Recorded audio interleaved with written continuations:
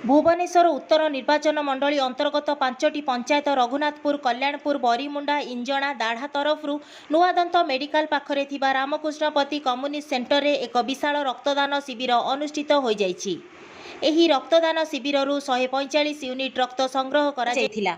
मुख्यमंत्री का निर्देशक में ओडिशा मो परिवार तरफ आयोजित शिविर रे विधायक सुशांत कुमार राउत, ओडिशा मो परिवार अध्यक्ष अरूप पट्टनायक, वरिष्ठ नेता सुभाष चंद्र पात्र, जिला परिषद सभ्य कविता राउत, सरपंच खोलणा माझी, सुप्रिया मल्लिक, हेमंत परिड़ा, निशिपद्मा कांडी, समिति सभ्य निहारकांत पड़िहारी, भुवन मोहन दास, अस्मिता बराड़, ब्रजबंधु भोई, ममिता दास समेत उत्तर निर्वाचन मंडलीर युव सभापति वीरेंद्र जेना, छात्र सभापति सुभाष साहू और 5टी पंचायतर समस्त नेतृत्व मंडली, युव छात्र और महिला माने जोगदे रक्तदाता मानक उत्साहित करथिले।